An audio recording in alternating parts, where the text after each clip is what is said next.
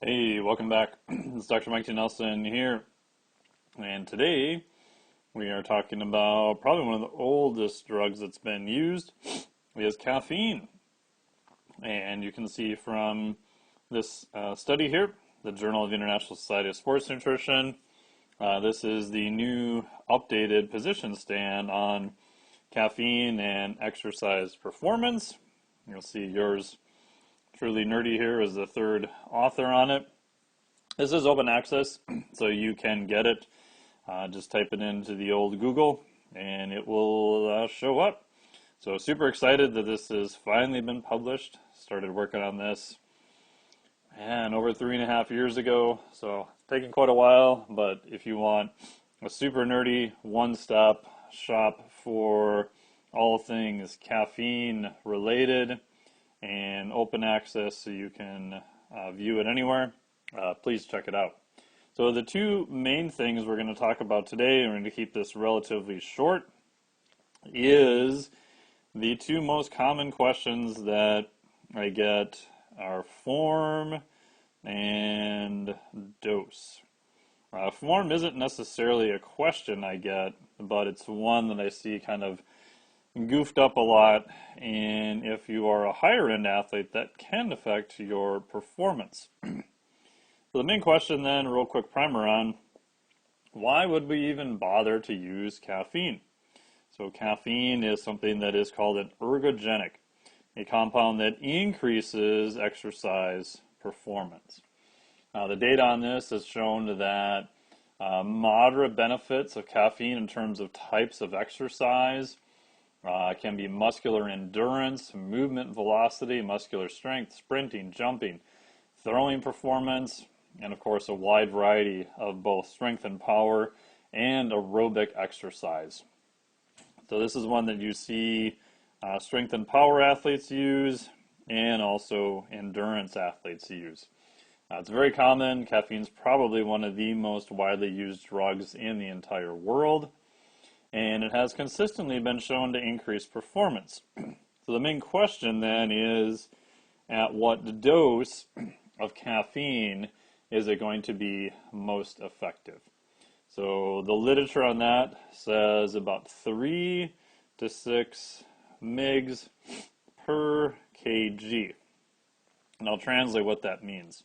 So 3 to 6 milligrams of caffeine per kg of body weight. So if I'm a 220-pound land mammal, that's going to be about, for simple math, 100 kilograms. If I am on the high end there, that is going to be 600 milligrams of caffeine. If I am on the low end, that's going to be about 300 milligrams of caffeine.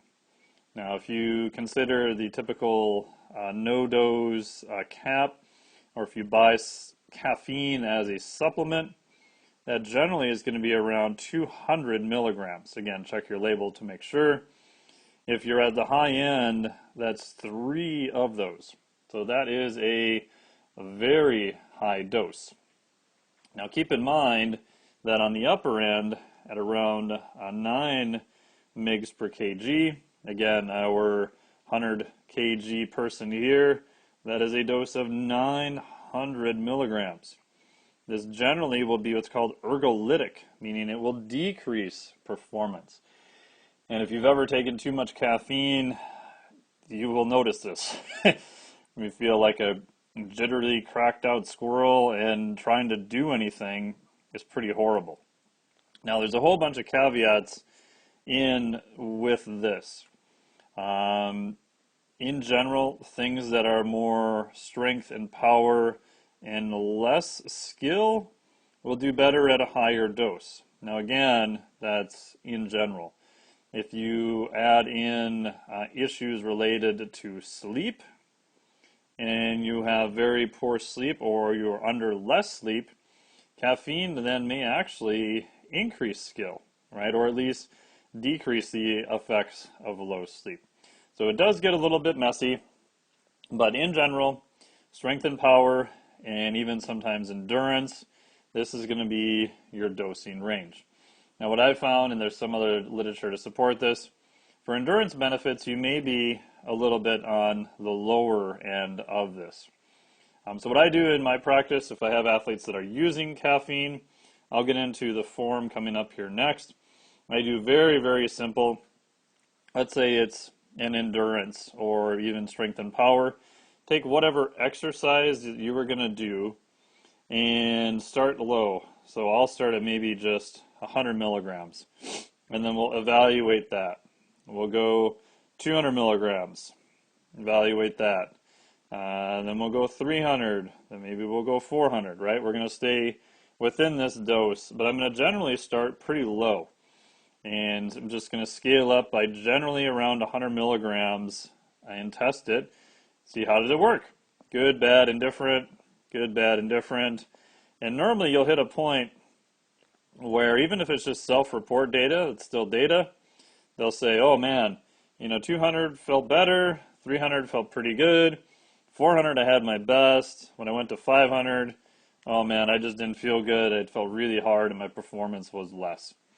Now again, in a perfect world, you would use the same exercise for this, and you would map this out well ahead of time of any competition. So a simple way you can scale up with that. The things that I look at are going to be some marker of performance, and then I do also look at RPE, so self-rating of perceived exertion. Simple 1 to 10 scale works good for that. So it's an easy way to figure out what form of caffeine works. Now again, this does not mean that you want to use that high amount of caffeine before every lifting session, but when you want to maximize your performance, that can be helpful. As I mentioned, you probably want to keep track of other parameters such as sleep, nutrition, and hold those the same. Personally, I do like looking at heart rate variability the next AM also, and because it can have a higher cost if you're using high amounts of caffeine all the time.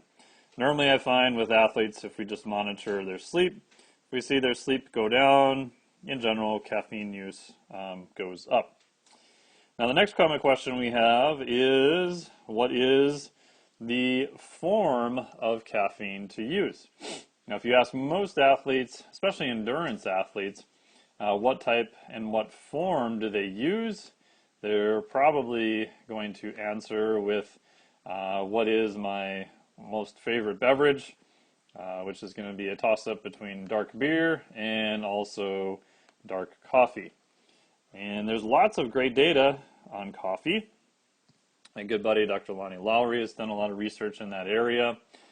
And coffee has lots of benefits in terms of health benefits, potential reductions, risk in cancer.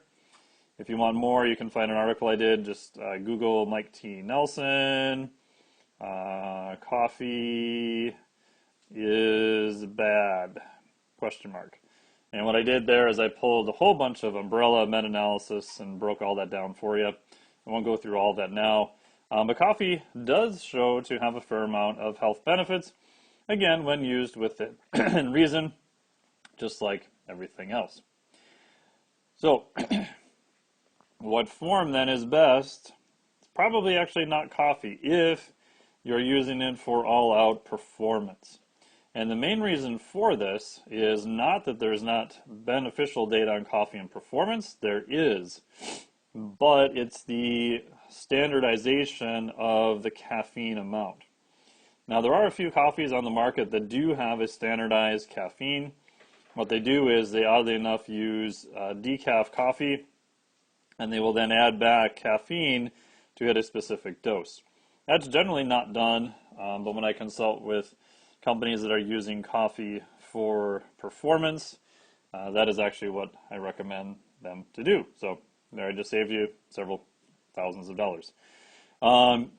There is some data on the Starbucks Via packets that the caffeine amount in them is relatively standard. So if you're one of those people that absolutely has to have your coffee, you don't want it from a supplement, but you really want to make sure you nail the performance effects, again, Starbucks Via packets may be an option. That is based on some unpublished HPLC data that Dr. Lonnie Lowry has done. So that may be an option. Again, I don't have any disclosures with any coffee companies as of yet. So the big form to use is something called anhydrous caffeine. This is just basically caffeine as a powder. Anhydrous meaning no water. Powder. That's horrible writing. Anyway. And again, the main reason for this is the variability in the caffeine amount. And this is something that's not talked about a whole lot. And you can look up a study on this. So a study to look up is one called Caffeine Content of Specialty Coffee. Type that into the old Google. The main researcher there is McCusker, and you will find that. And what that study tells us, if we translate it, is that they tried everything as they could to keep caffeine amounts the same. So they sent their trusty intern, probably a grad student, to Starbucks at around the same time, each day, separate days, same type of coffee, same size, and I believe they even used the same location. In this case, they used Starbucks. Again, I'm not picking on Starbucks, but any large coffee chain, especially Starbucks, goes through excruciating lengths to try to make sure their process is as similar as it can be from one location to the next. Because whether you like Starbucks coffee or not, I personally think it tastes kind of bitter and not the best, but that's done on purpose because it can be more consistent. What they found was people wanted a consistent experience over all else. So even when they did that, we found that there was a large range. So the standard deviation of some of the brewed coffees that they looked at in this study was 188 milligrams of caffeine per 16 ounces. So that's about 200 milligrams for 16 ounce. So when you're hard pressed to figure out about, how much caffeine, 200 milligrams per 16 ounce, probably a good go-to. However, the type of coffee makes a huge difference. Are you using a Robusta bean or an Arabic bean? Robusta beans have a lot more caffeine in them. They generally don't taste very good, but there are other coffees such as like Death Wish coffee that use mixes that are pretty good. How is it ground? How is it brewed? Even where the coffee is sourced, different types of coffee. Generally, darker coffee has a little bit less caffeine. This is because in the roasting process, some of the caffeine goes out. Well, what they found was that they took the same beverage obtained from the same outlet on 6 days in a row. This was our Starbucks location up here. And the range of caffeine, if we look at milligram per dose, was anywhere from 259 milligrams up to 564 milligrams. Now again, this is for the same coffee, the same size. So if we round up, so you're anywhere from 260 to almost 2 times that, right? So you have a massive amount of variability. And what happens then is this makes it very hard to dial in your performance. Because maybe one day when you go to Starbucks, you're on the low end here of the extreme.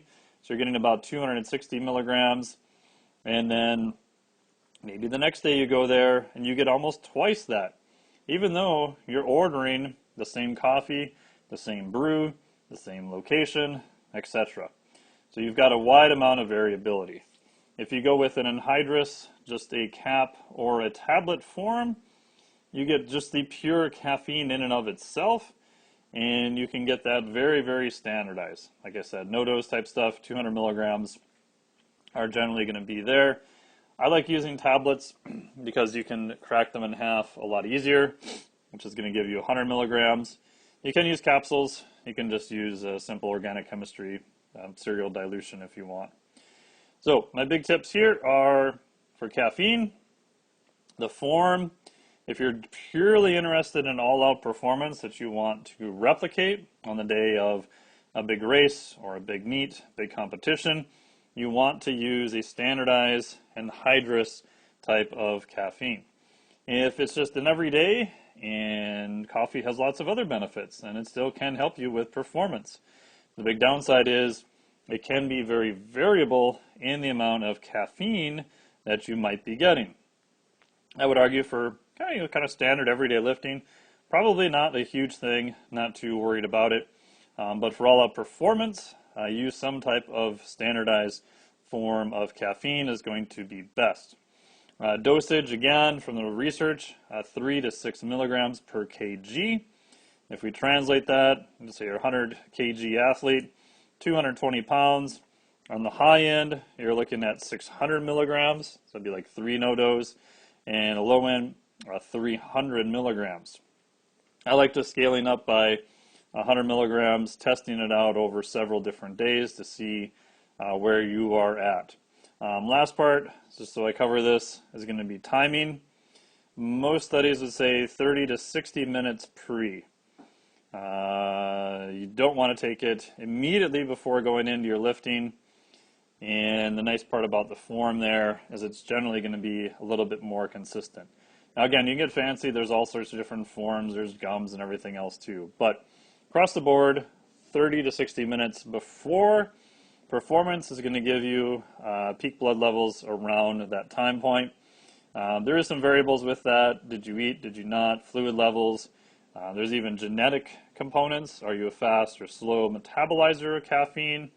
That's probably also why there's a range on this too. So there you go, some practical tips on how to use caffeine to enhance your speed and performance.